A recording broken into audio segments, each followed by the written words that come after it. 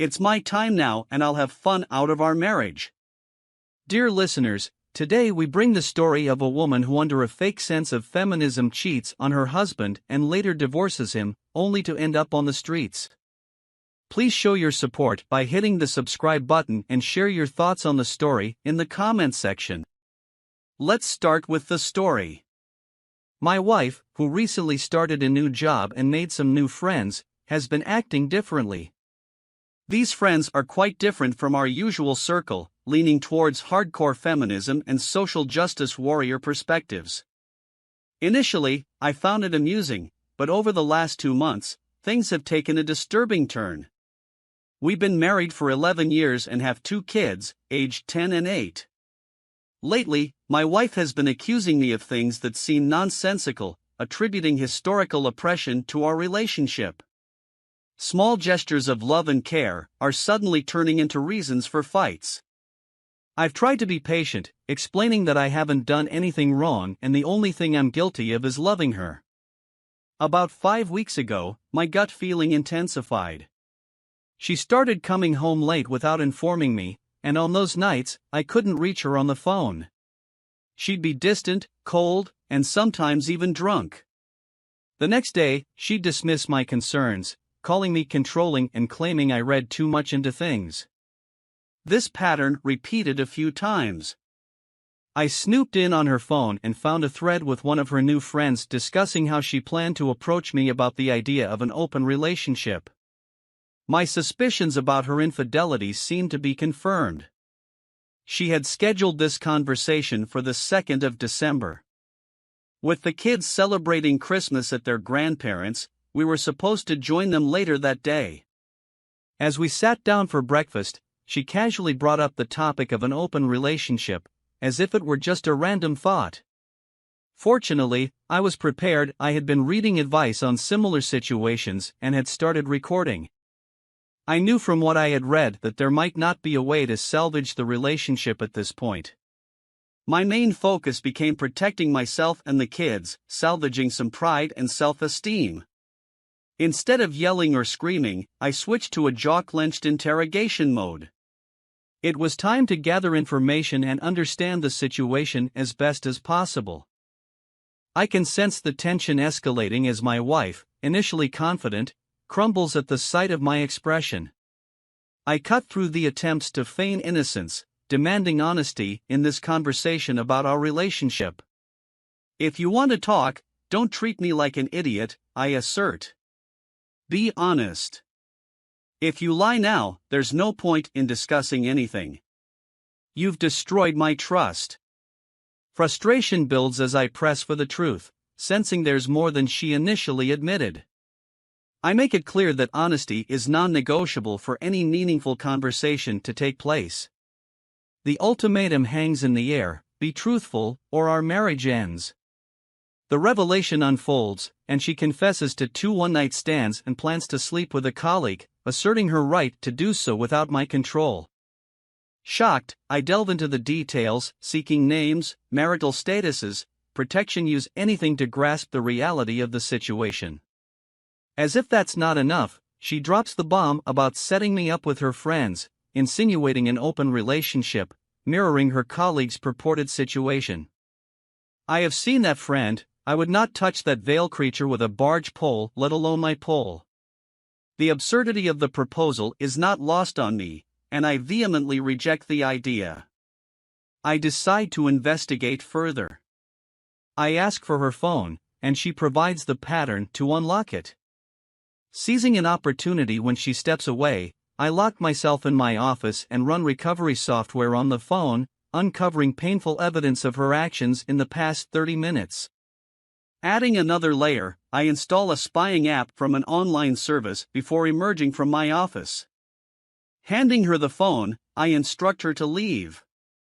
She protests vehemently, accusing me of being controlling and holding her back, emphasizing that she has every right to pursue her actions.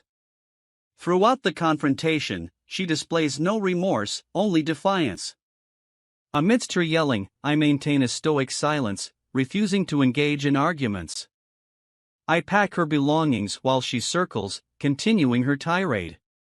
Eventually, I find myself at the front door, standing silently until she exhausts her verbal onslaught. As she leaves, I inform her that she's now single, free to do as she pleases, as I won't be controlling her anymore. The door slams shut, locking her out. Later, I witness her discussing the situation with her friends, instead of offering support or urging her to reconsider her actions, are fueling her determination. They tell her she's entitled to more, that she deserves better than me, and that my threats are empty. What's even more alarming is how they advise her to use false accusations of domestic abuse against me, citing their own experiences. In response, I've ordered cameras to document everything.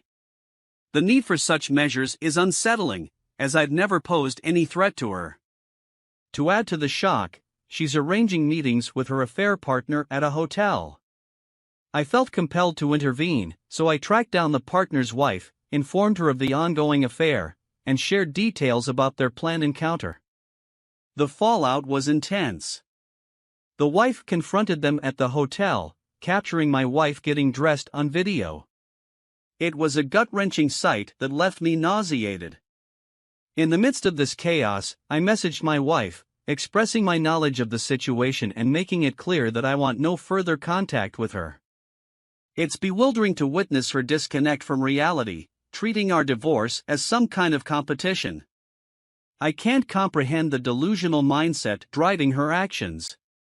To ensure everyone is aware of the truth, I logged into her family WhatsApp group, announced our divorce due to her infidelity, and then disconnected from the group. I've received calls and messages from her side, but I haven't mustered the energy to engage with them. Instead, I reached out to my parents, laying bare the painful details of the situation. My father made it clear that my wife wouldn't be welcome for Christmas. I've had a conversation with my boss, and he's given me time off until mid-January to sort through the mess my life has become. As I try to make sense of everything, I find myself monitoring my wife's increasingly frantic discussions with her new friends. It's almost surreal to witness her clinging to these connections, seemingly oblivious to the fact that she's lost her family, her marriage is over, and these new relationships don't truly care about her. Her attempts to insert herself into our Christmas celebrations have been met with firm boundaries from my father, even the threat of involving the police if she doesn't leave. Meanwhile, I'm here, grappling with the emotional turmoil and the painful reality that my family has unraveled. The shock that initially enveloped me is giving way to intense pain. Reading their chats, interacting with her messages, it all feels like a dagger to the heart. I've only responded to her twice, each time reinforcing that the person she has become isn't the wife I knew and loved. Explaining the situation to the kids was one of the hardest things I've ever done. Trying to find the right words to convey that their mom no longer wants to be a family, that she wants to be with other men, and that we're getting divorced, it's a conversation I never imagined having. The kids are naturally distraught, and I'm thankful my mom and dad are here to offer love and support. They're doing their best to shower the kids with affection while I'm an absolute mess. I know I need to pull myself together for the kids' sake, but going back to her is not an option. I wish I had waited until after Christmas to break the news to them, giving us a chance to start counseling right away. But when they asked about their mother's return, the truth just spilled out. I couldn't face myself if I went back to her. Her level of disrespect and callousness is unforgivable. I'm lost, struggling to understand why she thinks she can demand anything from me now. Is she mentally ill? It's a crazy, confusing ride. A lot has happened, and I've been a pathetic, sobbing mess. I became obsessed with reading my wife's chats with her friends, and the things she said were insane and hurtful. What really broke me was when she described our marriage and kids as burdens that prevented her from being a successful woman. According to her, I was an oppressive force holding her back. As I read and reread her words, I realized there were no details or examples of how we were burdens. In fact, I've supported her in every way financially, emotionally, and in pursuing her dreams. It's disheartening to see the reality distorted in such a hurtful way. Mike, Bob, and Frank, my lifelong buddies, have been my rock. Dad filled them in on everything, and they took charge, even preparing dinner while I was out of it. I broke down again, and it wasn't until Friday evening that I started coming back to myself. Mike, with his military background, connected me with his counselor via Zoom. Despite specializing in amputees, the counselor's insights into emotional recovery resonated with me. The analogy of the dead part of my identity being like phantom pain from a missing limb struck a chord. Hours of conversation with Mike have been steadily helping me improve. Bob, the quiet IT security executive, surprised me. He arranged a call with a lawyer from a top-notch firm, covering the costs without a second thought. His way of repaying me for the beatings he took on my behalf during our childhood speaks volumes about his character. Frank, the teacher with 7 kids, has been a godsend for my children. His support ensures they're well taken care of while I navigate this tumultuous period. Yesterday was a hectic day, starting with an early morning STD screening after discovering an unpleasant surprise from my soon-to-be ex-wife. The revelation transformed my self-pity into anger, prompting a decision to fight for full custody. I've decided not to give her anything if I can help it. In a surprising turn, the lawyer managed to track down the ex-husband of my wife's feminist friend who bragged about screwing him over. It turns out, it wasn't too difficult using court documents. The support from my dad and friends is giving me strength as I brace myself for the challenging journey ahead. Talking to the ex-husband of my wife's friend on WhatsApp was eye-opening. The harrowing details of what he went through painted a grim picture, and it hit me that I need to brace myself for a similar battle. Hearing about his struggles, homelessness, and limited access to his kids was heartbreaking. It gave me a glimpse of what my soon-to-be ex-wife might put me through. I recognize the disadvantages men often face in the court system, but I'm determined to fight with everything I have. I've decided to take a proactive stance, gathering tons of evidence to strengthen my case. The lawyer suggested a preemptive strike, a restraining order based on her openly anti-male comments, especially for the sake of my son. Growing up in a household with such a negative parental figure is undoubtedly damaging. I gave the green light to the lawyers to proceed with the restraining order. She's expected to be served today. In the midst of all this, I had a bizarre Zoom call with her. It was surreal to see her trying to look her absolute best, something she hadn't done in years. Throughout the conversation, she attempted to bait me into a fight, but I managed to keep my cool. My lawyer emphasized the importance of attempting an amicable divorce before heading into a contested one. I was recording the meeting. Soon-to-be ex-wife didn't disappoint. She started out with this absurd statement about how there are 2 types of penises, one that is roughly the same size whether it's erect or not, and the other type that shrinks or grows based on whether it's erect or not. Who opens a call with her husband like that? Then she mused about how she was looking forward to the end of the current restrictions, so she could go out and investigate this more in person. I simply responded that I wasn't interested in her hobbies, that I was only interested in discussing her divorce. Recording that conversation was a surreal experience. Her bizarre opening remarks and attempts to provoke anger left me baffled. When she muted herself to confer with her friends, openly cursing me for simply being a man, I couldn't shake the feeling that she saw our divorce as some twisted game, a power play where I had no option but to comply with her whims. Progress on the divorce front was non-existent, and I reluctantly concluded that a contested divorce was the only way forward. Adding to the chaos, I had to address the issue of chlamydia, a claim she dismissed with a frown. At this point, I've reached a state of not caring about her actions anymore. Sharing the recording with my lawyer shocked her, and it seems everyone involved thinks my soon-to-be ex-wife's behavior is beyond rationality. With access to her phone and chat logs, I'm prepared to present a strong case in court. The hurt is still there, but I've shifted my focus from self-pity to self-preservation. No more prisoners, I need to protect myself and my kids.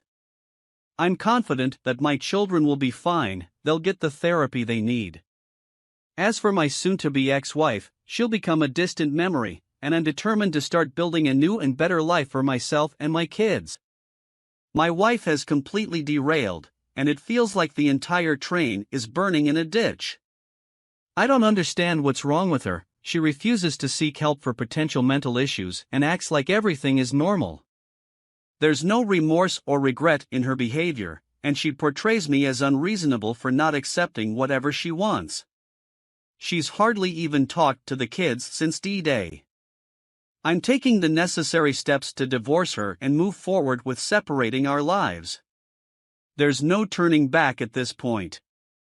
I wish it didn't have to come to this, and I find myself crying myself to sleep every night, mourning not only my own loss, but also the fact that my children will grow up in a broken home.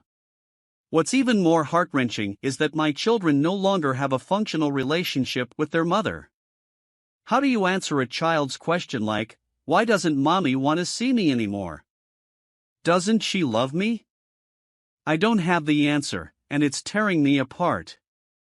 Every day, I wake up thinking that my heart is already shattered into too many broken pieces to break anymore, only to be proven wrong all day, every day. My wife remains unaware that I can monitor her communications, or she doesn't care. She's convinced that I'll never leave her and that my reaction to her behavior is unjustified. Despite the restraining order, she continues to speak negatively about me, our marriage, and our children to her friends. I can't comprehend why she harbors such hatred when we haven't done any of the things she accuses us of. As I mentioned before, my lawyer secured a temporary restraining order against her. Yesterday, there was a hearing, and since there were no new direct threats, the order was not extended. The situation remains incredibly challenging, and I'm doing my best to navigate through the pain and uncertainty. The fact that my lawyer suggested using the fact that she knowingly infected me as leverage for an undisputed divorce is just another surreal layer to this nightmare. I never imagined I'd be in a position where I have to treat someone I used to love as an adversary, always expecting the worst. I'd be okay with her decision to leave if it weren't for the unnecessary adversarial process she's pushing. Why does she want to hurt the people who used to love her as much as possible in the process? It's baffling, and I'm desperately searching for any insight. The potential court scenario adds another layer of stress.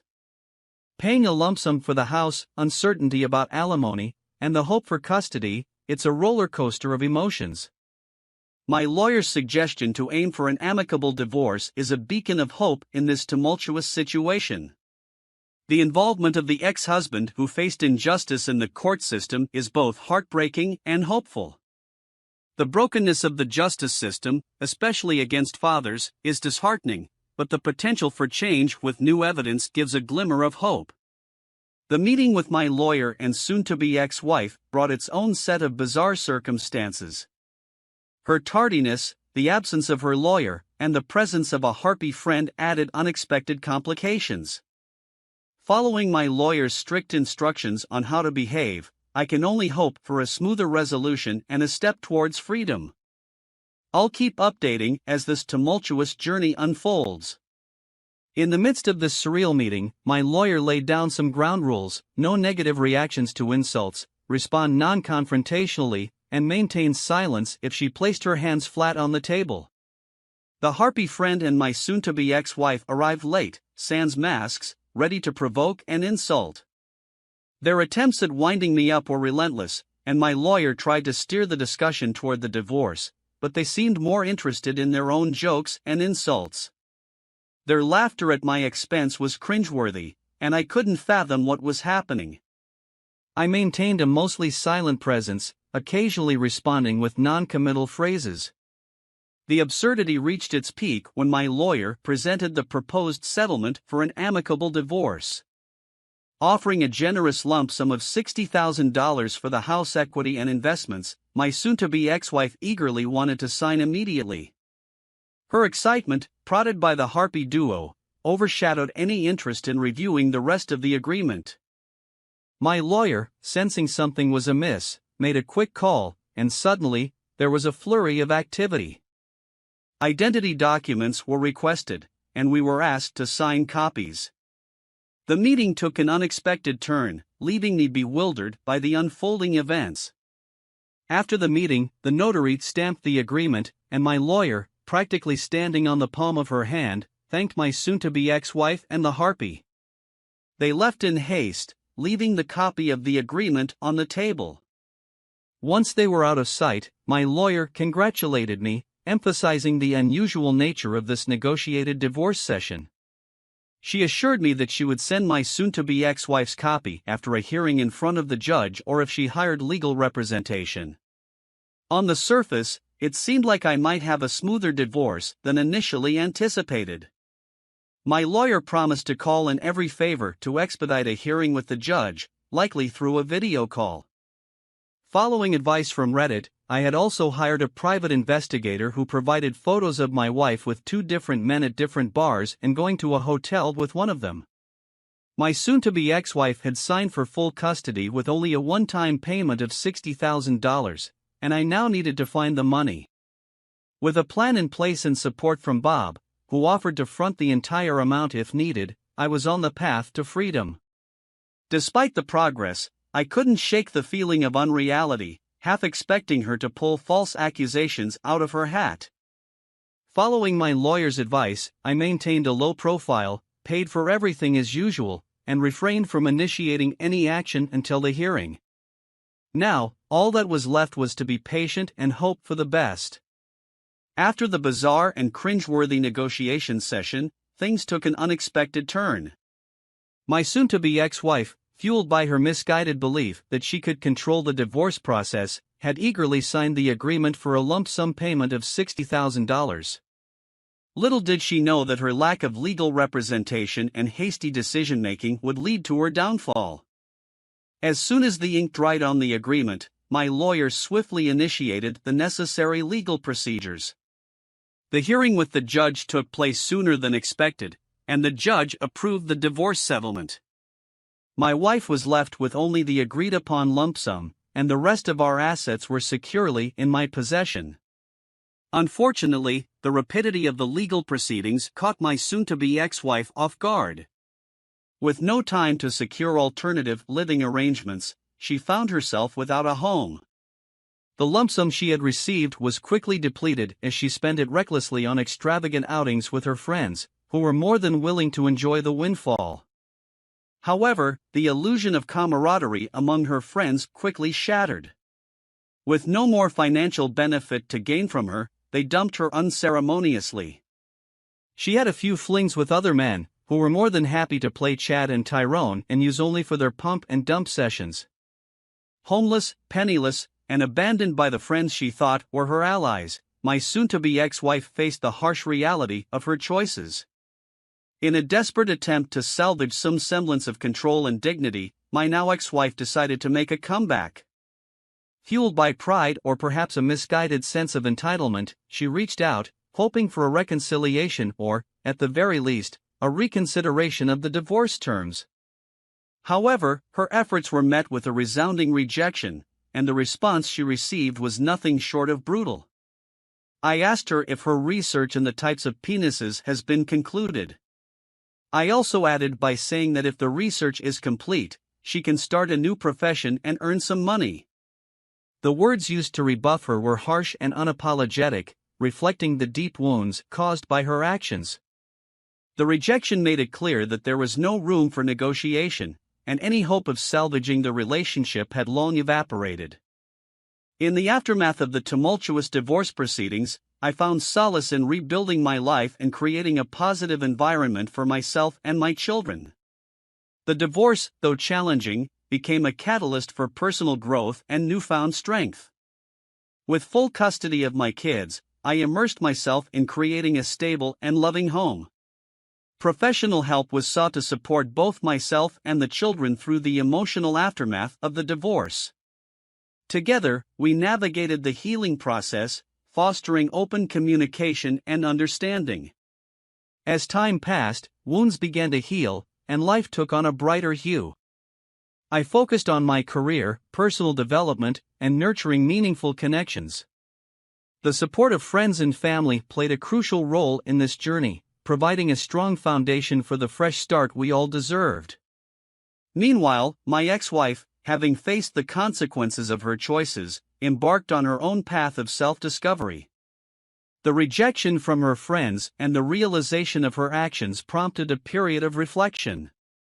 In time, she sought the necessary help to address underlying issues and rebuild her life. Surrounded by positivity and a newfound sense of independence, both of us managed to forge ahead separately. Eventually, we reached a point of mutual respect and understanding. Co-parenting, once a source of tension, evolved into a collaborative effort focused on the well-being of our children. The story concludes with a sense of closure and the assurance that, despite the challenges, happiness and fulfillment were attainable. Each of us found our own paths to happiness, and the journey, though difficult, ultimately led to a brighter and more promising future for everyone involved. Dear listener, if you have reached this far, please click on the subscribe button. It will be a great help.